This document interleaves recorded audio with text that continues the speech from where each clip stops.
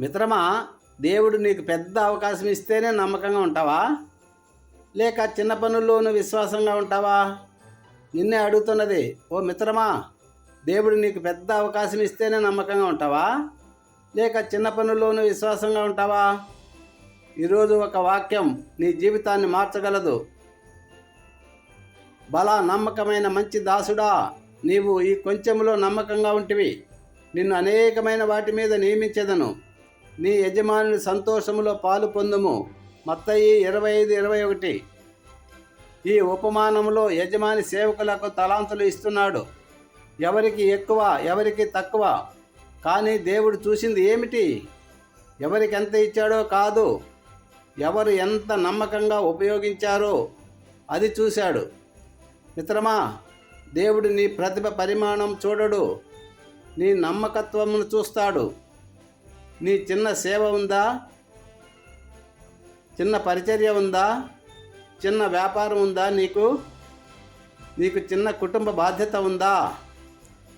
దేవుడు అంటున్నాడు, చిన్న దానిలో నమ్మకంగా ఉండు, నేను నిన్ను పెద్ద దానిలో నిలబెడతాను.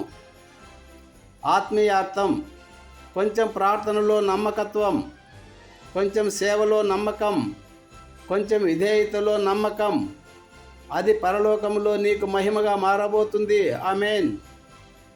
యజమాని చివరిలో చెప్పిన మాట గమనించు మిత్రమా. నా సంతోషములో పాలు పొందు అని చెప్తున్నాడు. మిత్రమా, ఇది కేవలం బహుమతి కాదు, ఇది దేవునితో సంబంధం, ఇది దేవుని సన్నిధి, ఇది పరలోక ఆనందం.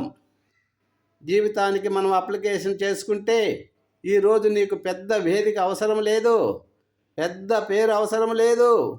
దేవుడు అడుగుతున్నది ఒక్కటే, నువ్వు నమ్మకంగా ఉన్నావా? నీ జీవితంలో చిన్న పనులను తక్కువగా అంచనా వేయకు, అవి దేవుని రాజ్యంలో పెద్దవిగా మారుతాయి.